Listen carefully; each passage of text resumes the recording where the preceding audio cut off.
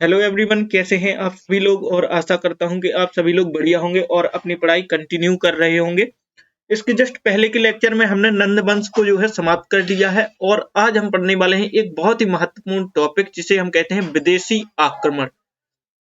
देखिए, जब भारत में मौर्य साम्राज्य स्थापित हुआ उससे पूर्व भी भारत में अनेक विदेशी आक्रमण तो जो है नंद वंश के समय से ही प्रारंभ होने लगे थे। तो इस कारण से इन्हीं हमें जो है विदेशी आक्रमणों को पढ़ना है। तो करते हैं बिना किसी देरी के अपने वीडियो को स्टार्ट और हम बढ़ते हैं आगे। यदि हम बात करें विदेशी आक्रमण की, तो विदेशी आक्रमण के अंतर्गत जो मुख्यतः दो प्रकार के आक्रमण हुए। ठीक है, एक आक्रमण तो मुख्यतः ईरानियों के द्वारा किया गया। किसके द्वारा किया गया?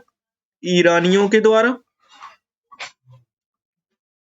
और एक आक्रमण यूनानियों के द्वारा किया गया। किसके द्वारा किया गया? यूनानियों के द्वारा। तो इन्हीं दो प्रकार के आक्रमणों को हमें पढ़ना है। तो इन्हीं को हम विस्तार से देखते हैं और समझते हैं कि कैसे कैसे आक्रमण हुए, किस किस क्षेत्र से ये लोग आए थे। यदि बात करें, सबसे पहले हम ईरानियों के द्वारा किए गए भारत पर आक्रमण को पढ़ते हैं। ठीक है, तो सबसे पहले हम ईरानियों के द्वारा आक्रमण किया गया, तो ईरानियों के किस वंश के द्वारा आक्रमण किया गया, तो उस वंश का सबसे पहले इतिहास देख लेते हैं। तो यदि हम बात करें तो ईरानियों के ऊपर, ईरान पर एक जो है वंश की स्थापना हुई है। एक वंश राज्य करता था जिसका नाम था हरबामनी वंश।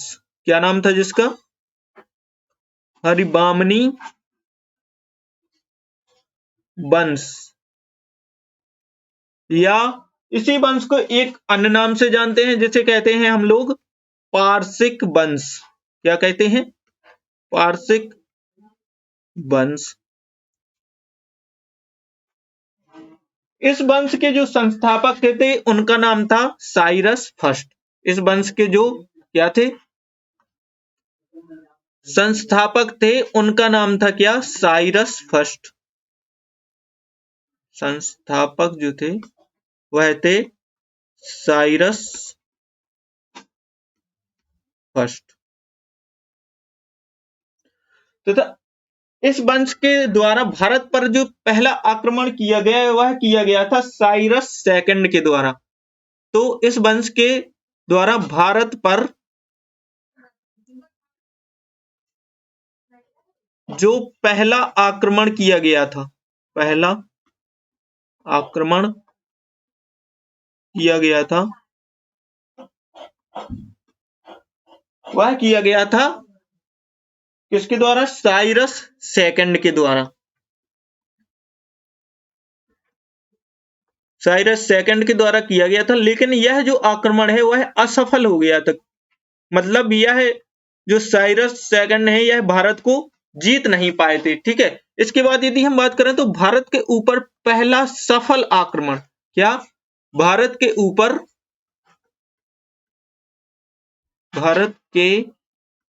ऊपर पहला सफल आक्रमण किया गया था। किसके द्वारा? तो यह किया गया था आपके इसी वंश के एक शासक हैं जिनका नाम है डेरियस।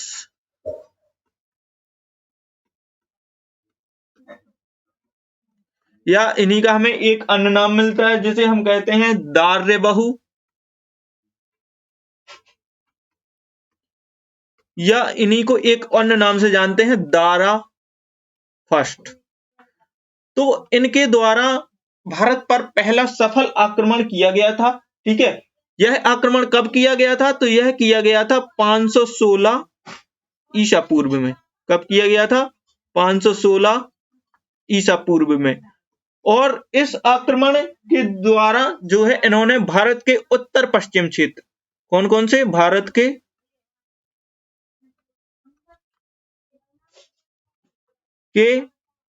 उत्तर पश्चिम क्षेत्र को क्या कर लिया था? इसने जीत लिया था। क्षेत्र को जीत लिया था। तो इस प्रकार हम कह सकते हैं कि भारत के ऊपर पहला विदेशी आक्रमण ईरानियों के द्वारा किया गया था। ठीक है, इसके बाद यदि हम बात करें तो अब हमें इसकी जानकारी कहां से मिलती है कि भारत के ऊपर पहला सफल आक्रमण ईरानियों के द्वारा किया गया था। तो यदि हम बात करें जानकारी की, तो देखिए जानकारी के अंतर्गत हमें 3 तरह के स्तंभ लेख मिलते हैं। क्या मिलते हैं? स्तंभ लेख। कौन कौन से? तो पहले है नस्तेरुस्तम,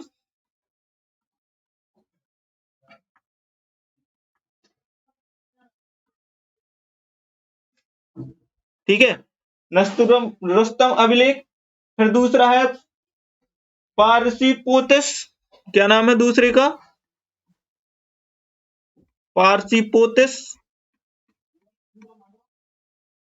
स्तंभ लेख। और जो तीसरा है उसका नाम है बहुस्तून। बहुस्तून।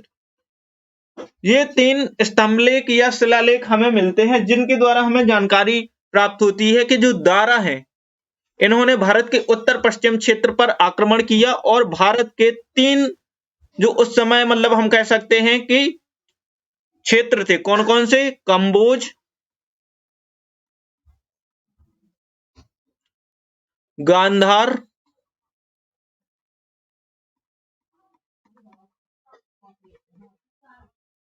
और सिंध व सिंध।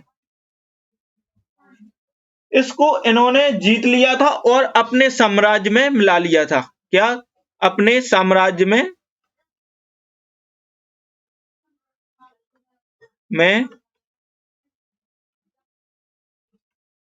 मिला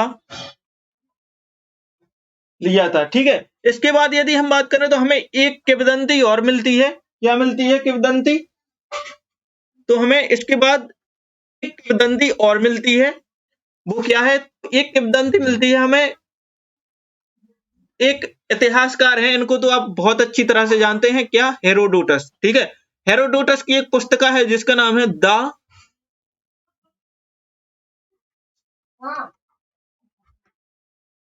हिस्टोरिका। क्या नाम है इनकी पुस्तक का? The Historica. तो इसके द्वारा हमें जानकारी मिलती है कि दारा ने इन क्षेत्रों को जीतकर, कौन कौन से? एक गांधार,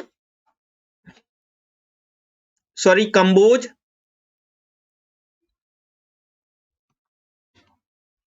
गांधार व सिंध को जीतकर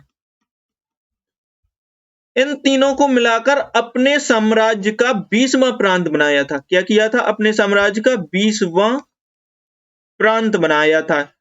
मतलब इसके साम्राज्य में पहले से 19 प्रांत थे और इसने इन सभी को मिलाकर के 20वां प्रांत बनाया था, ठीक है। और इसने यहां से क्या किया? कर वसूली की। क्या किया?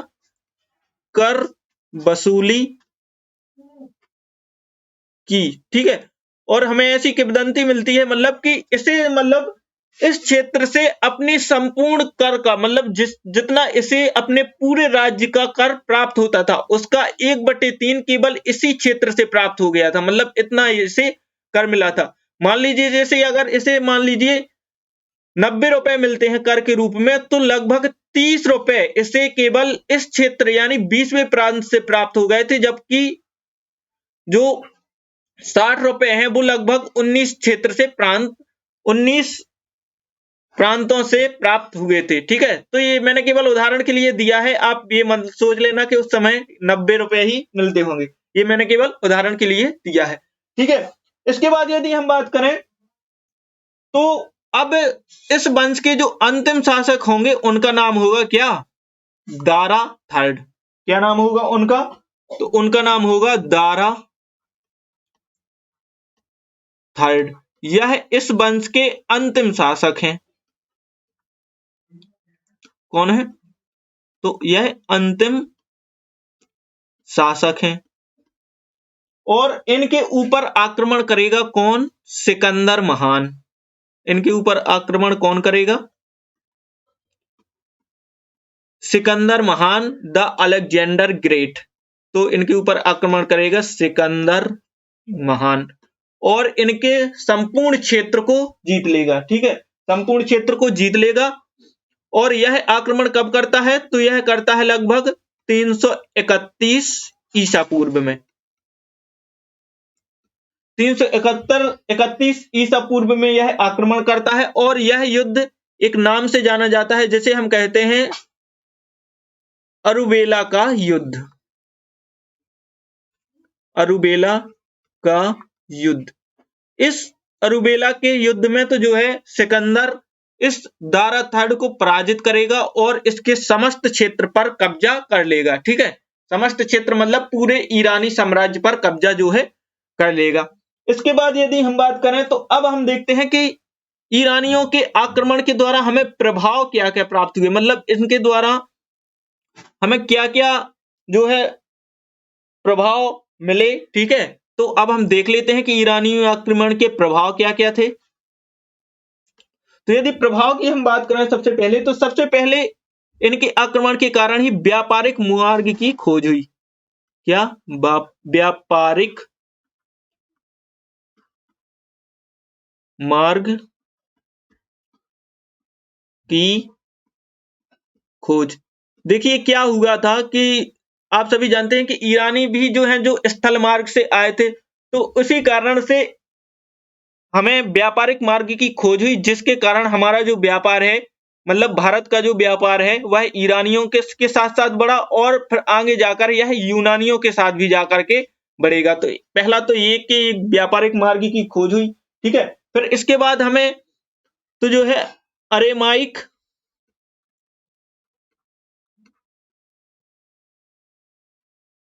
व खरोष्टी लिपि की जानकारी प्राप्त हुई। देखिए ये जो लिपियां हैं यह ईरान और उसके आसपास की क्षेत्र की थी, तो इस कारण से जब ये लोग भारत पर आक्रमण करने आए तो यह अपनी लिपि और लिपियों को भी साथ में ले आए। तो इस कारण से हमें इनके आक्रमण से अरेमाइक और खरोष्टी लिपि की जानकारी प्राप्त हुई। इसके बाद यदि हम बात करें अगले प्रभाव की, तो अगला जो प्रभाव था कि इनके द्वारा हमें अभिलेख लिखने की प्रथा का ज्ञान हुआ। क्या हुआ? अभिलेख लेखन प्रथा। देखिए जो भारतीय थे यह पहले अभिलेख लिखना नहीं जानते थे। ठीक है, हमने अभिलेख लिखना ईरानियों से सीखा है और इसी अभिलेख का प्रयोग बाद में अशोक करेगा और अनेक अभिलेख लिखवाएगा। ठीक है, तो अभिलेख लिखने की जो प्रथा है वो हमने कहां से सीखी है? वो हमने ईरानियों से सीखी है। इसके बाद यदि हम बात करें अगले प्रभाव की, तो जो अगला प्रभाव था कि इनके द्वारा ही हमने साम्राज्य को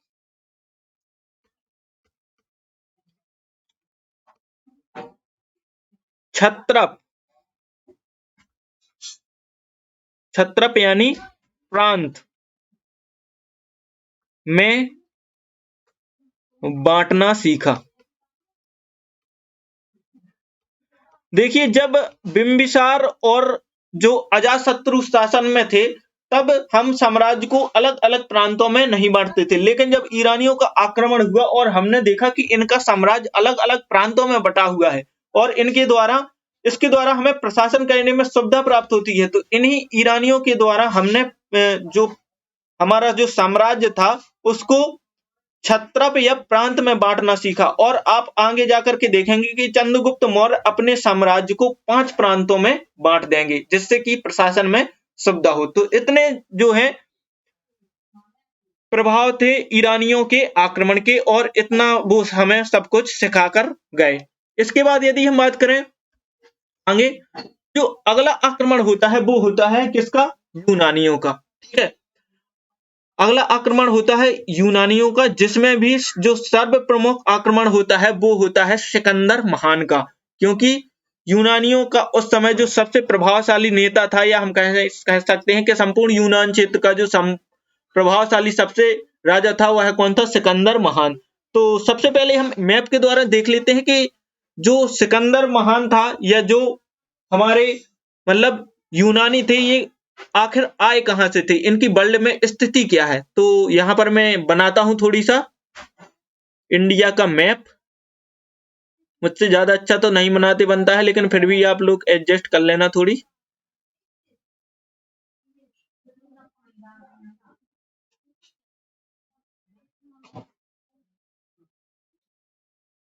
यहाँ पर मैं पूरे इंडिया का मैप तो नहीं बनाऊंगा, केवल हमें जितना जरूरी है उतना ही बनाऊंगा।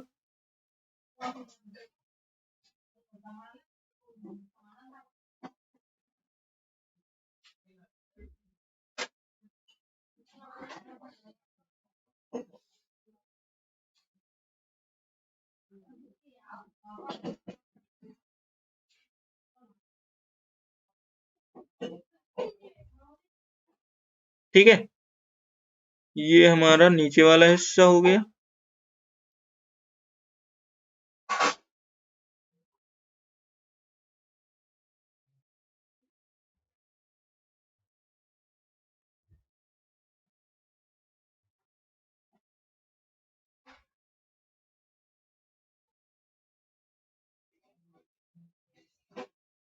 ये बन गया हमारा इंडिया का मैप। आप काम चला लेना, ठीक है, उतनी अच्छी मुझ पे पेंटिंग बनती नहीं है। तो ये हो गया हमारा इंडिया का मैप। ठीक है, यदि हम बात करें तो ये हमारा इंडिया का मैप है। इसके बाद यदि हम देखें तो ये वाला जो हिस्सा है ये कौन सा क्षेत्र है, तो यह है आपका पाकिस्तान वाला। क्या है ये, तो ये है आपका पाक वाला हिस्सा। ठीक है, फिर यहाँ पर है आपका अफगानिस्तान, इसी के जस्ट आगे। तो यहाँ पर है आपका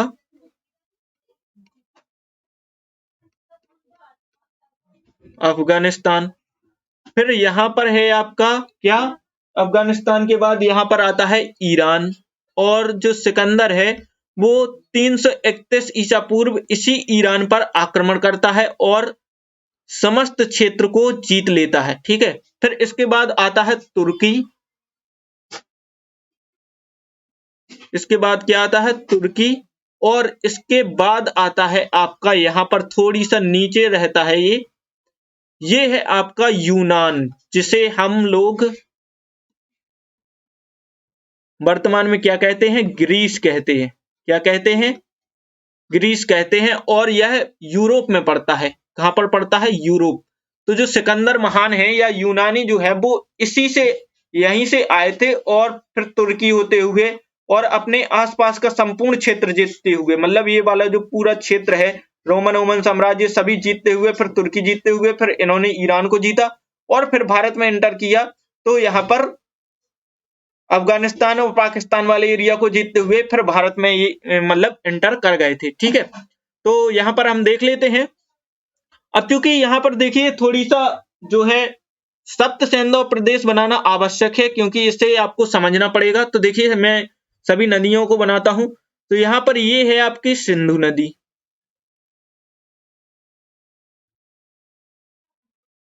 ये क्या है आपकी, सिंधु नदी।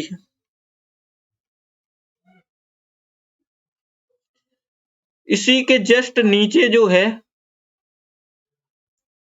वो है आपकी झेलम नदी। तो ये कौन सी नदी है, तो ये है आपकी झेलम। फिर ये है आपकी इसी के नीचे एक जो है,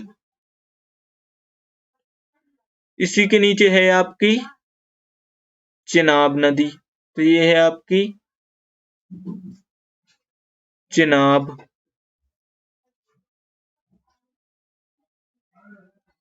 ठीक है, फिर इसी के नीचे है जस्ट आपकी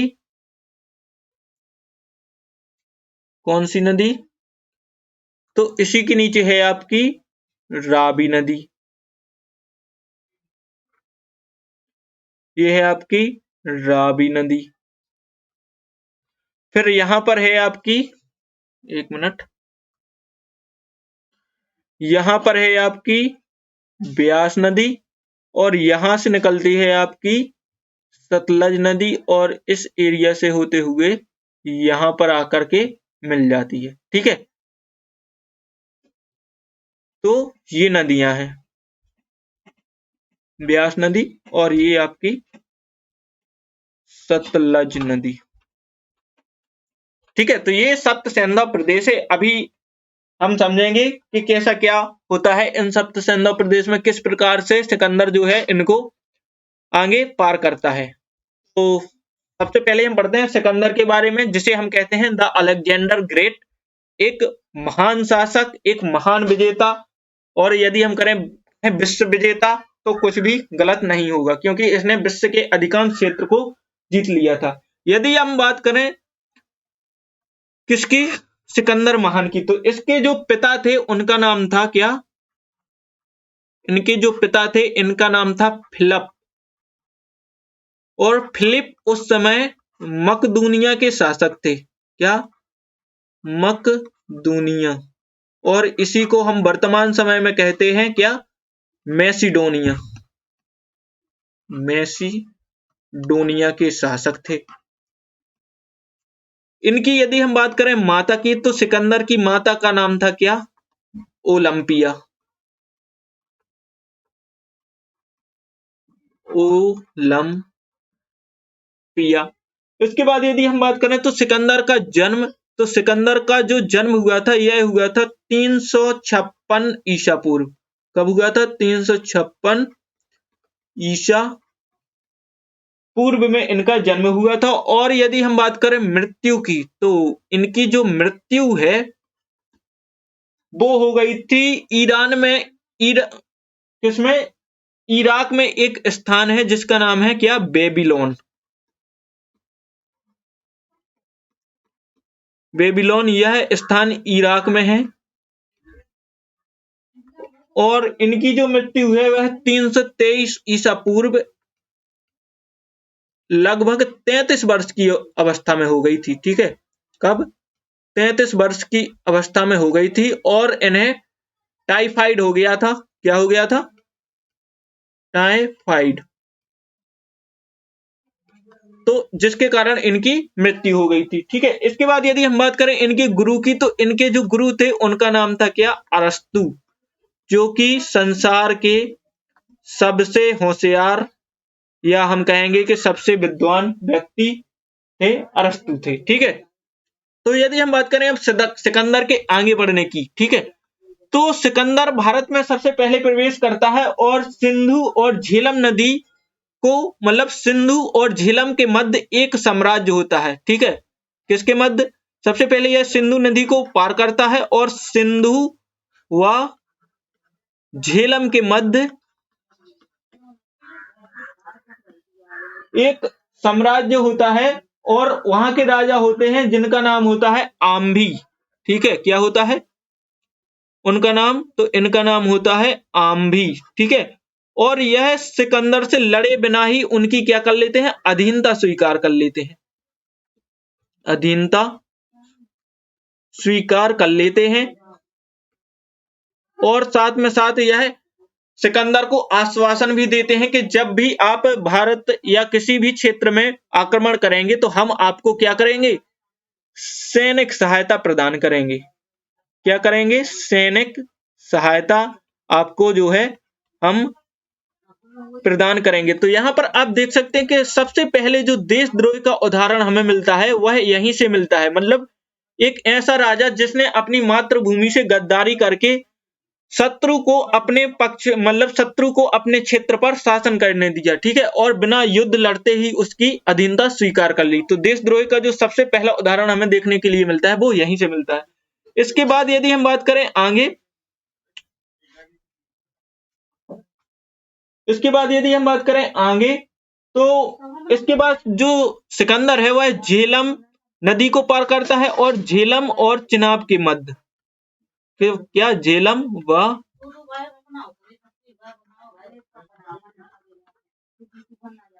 चिनाब नदी के मध्य एक इन्हें महत्वपूर्ण वंश मिलता है जिन्हें जिन्हें हम कहते हैं पौरव वंश। पौरव वंश, और इस वंश के एक महान शासक होते हैं जिनको हम कहते हैं क्या, पोरस, जिनका नाम था पोरस। ठीक है, क्या नाम था जिनका, पोरस।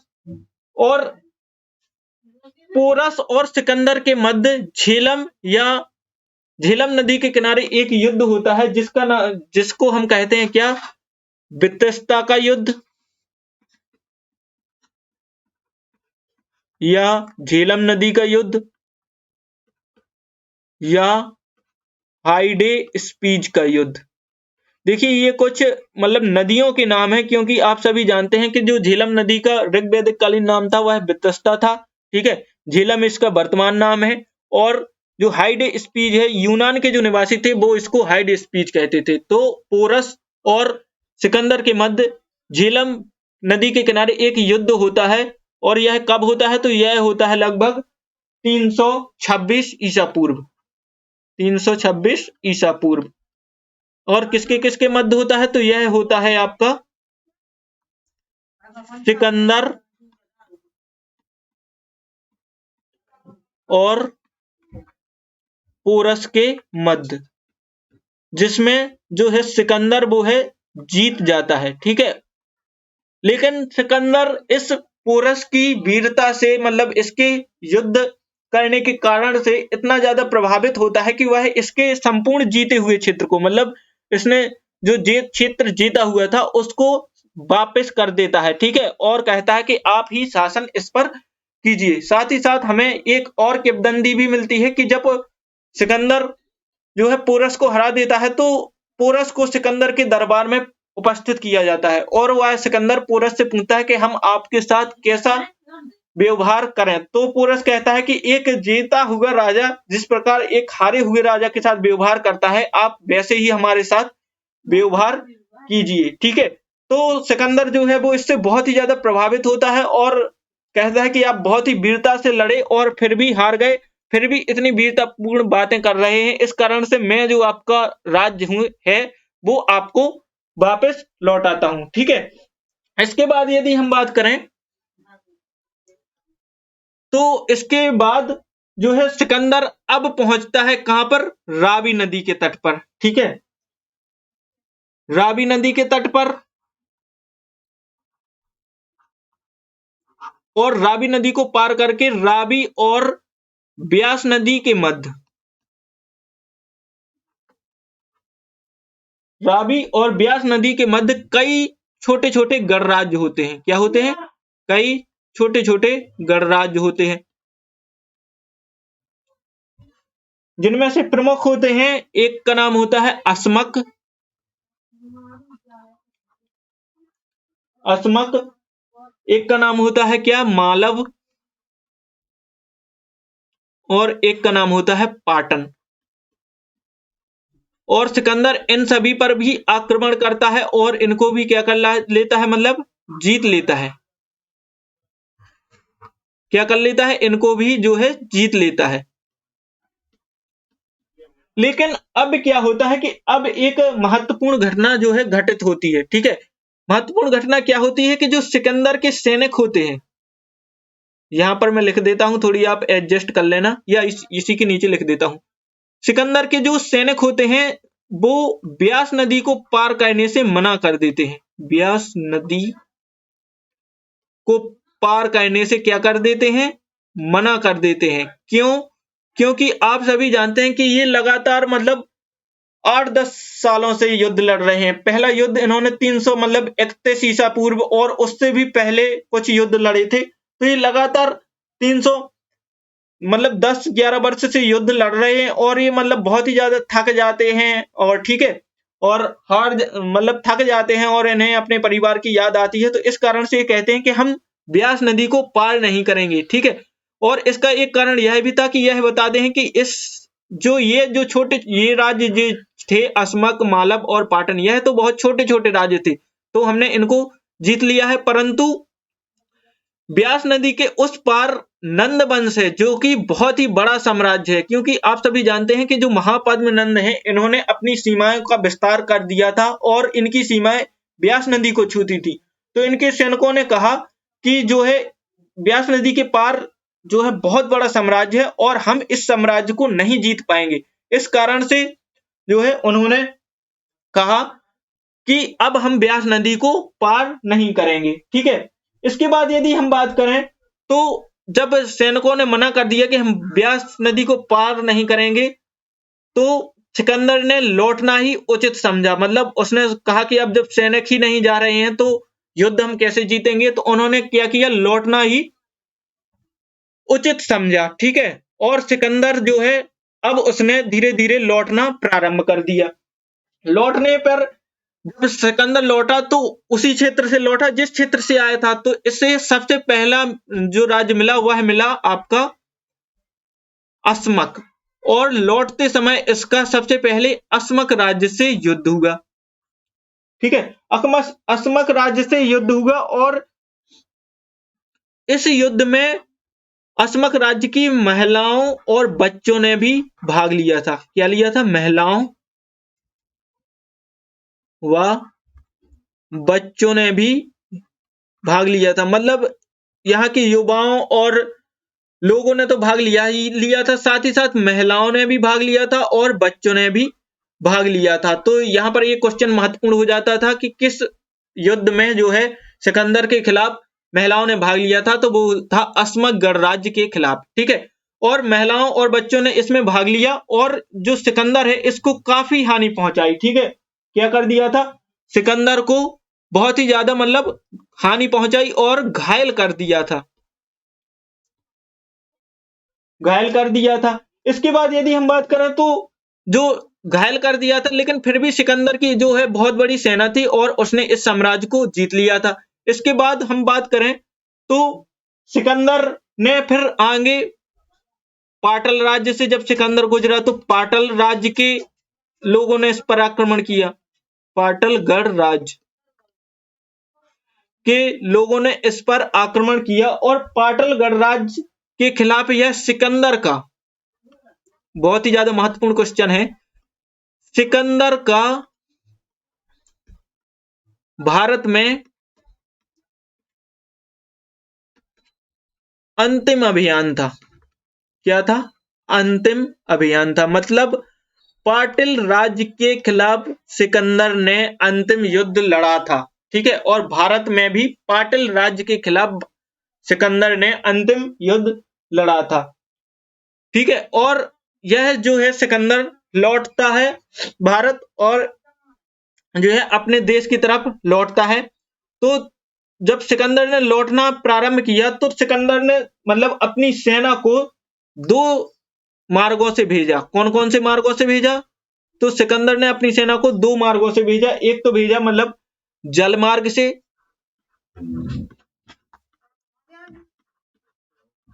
और एक सेना की टुकड़ी गई स्थल मार्ग से। ठीक है, जल मार्ग का जो नेतृत्व किया था वह किया था आपके निर्याकस ने, और यह जो था यह सिकंदर का जल सेनापति था। क्या था? जल सेनापति।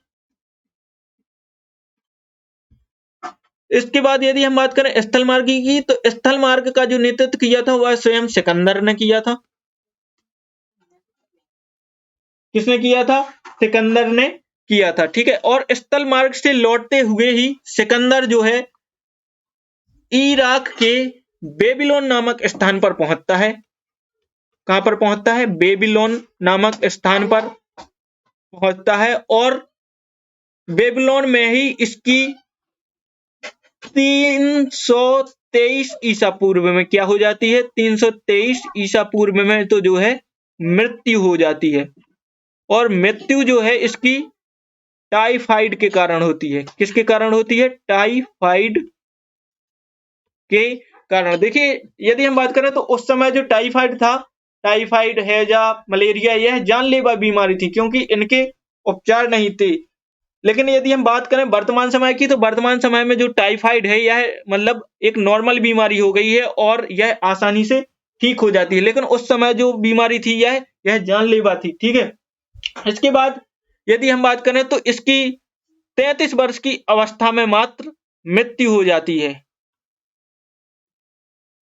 और हमें एक किंवदंती सुनने के लिए मिलती है कि जब इसकी मृत्यु हुई, मतलब जब यह जिंदा था, तो यह अपने जिंदा होने से पूर्व अपने सैनिकों से कहता है कि जब मैं मर जाऊं तो मेरा जो ताबूत, जब मेरा जो शव है वो जब आप ताबूत में ले जाएंगे तो उस ताबूत से मेरे हाथ बाहर निकाल कर रखना, मतलब बाहर निकले होने हुए चाहिए मेरे हाथ, ताकि वह यह संसार को बताना चाहता था कि मैं सिकंदर महान, जिसने संपूर्ण विश्व को जीत लिया था, मतलब संपूर्ण विश्व को अधिकांश रूप से जीत लिया था, वह भी मरने के पास मरने के बाद उसके हाथ में भी कुछ नहीं है, उसके हाथ भी खाली के खाली है। ठीक है, तो यह वह बताना चाहता था। ऐसी हमें किंवदंती सुनने के लिए मिलती है। ठीक है, यदि हम बात करें सिकंदर महान की, तो सिकंदर महान के 3 सेनापति थे। सिकंदर जो महान था, इसके जो है 3 हमें सेनापति देखने के लिए मिलते हैं। कौन कौन से थे, तो उनके बारे में हम थोड़ी देख लेते हैं। सेनापति की यदि हम बात करें, तो सबसे पहला जो सेनापति था वह था निर्याकस, और यह जो था यह सिकंदर का जल सेनापति था।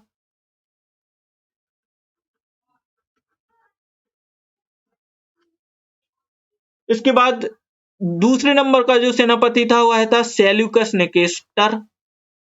सेल्यूकस निकेटर, जिसे सिकंदर की मृत्यु के बाद, मतलब सिकंदर की मृत्यु के बाद पश्चिमी एशिया और भारत का क्षेत्र मिलता है। मतलब जितना सिकंदर ने भारत में क्षेत्र जीता हुआ था, वह संपूर्ण क्षेत्र और पश्चिमी एशिया का क्षेत्र इसी को सेल्यूकस निकेटर को मिलता है। ठीक है, और जो तीसरा जो इसका सेनापति था वह था क्रिसे, क्या नाम था, क्रिटेसस। क्रिटेसस।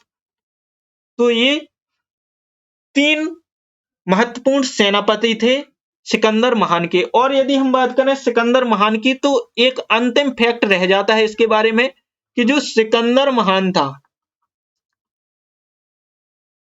सिकंदर महान या द अलेक्जेंडर ग्रेट, यह भारत में लगभग 19 महीने तक रहा था। 19 महीने तक रहा था। ठीक है, तो यहां पर हमारा जो है सिकंदर महान और विदेशी आक्रमण जो है समाप्त हो जाते हैं पूरी तरह से। हमने एक एक करके पढ़ लिया है विस्तार से कि कितने आक्रमण हुए, कैसे कैसे आक्रमणकारी हमारे भारत में आए। ठीक है, और यदि आपको यह वीडियो अच्छी लगी है, तो प्लीज इस वीडियो को ज्यादा से ज्यादा लोगों तक शेयर कीजिए, जिससे जो यह जानकारी है वो सभी महत्वपूर्ण लोगों तक आ जाए। और यदि आपने हमारे चैनल सोबर्टी क्लासेस को सब्सक्राइब नहीं किया है, तो प्लीज इसे सब्सक्राइब जरूर कीजिए और साथ ही बेल आइकन को जरूर दबाइए, जिससे आपको आने वाली वीडियो का नोटिफिकेशन मिलता रहे। हमारी वीडियो यदि आपको अच्छी लगती है, तो प्लीज इसे लाइक कीजिए, कमेंट में बताएं कि आप और क्या चाहते हैं। ठीक है, और आपको वीडियो कैसी लग रही है। यदि आपके कोई क्वेश्चन है तो वो भी आप कमेंट में लिख सकते हैं। साथ ही साथ इस वीडियो को शेयर करना बिल्कुल भी ना भूलें, और हमारे चैनल सोबर्टी क्लासेस को जरूर सब्सक्राइब करें। जय हिंद, जय भारत।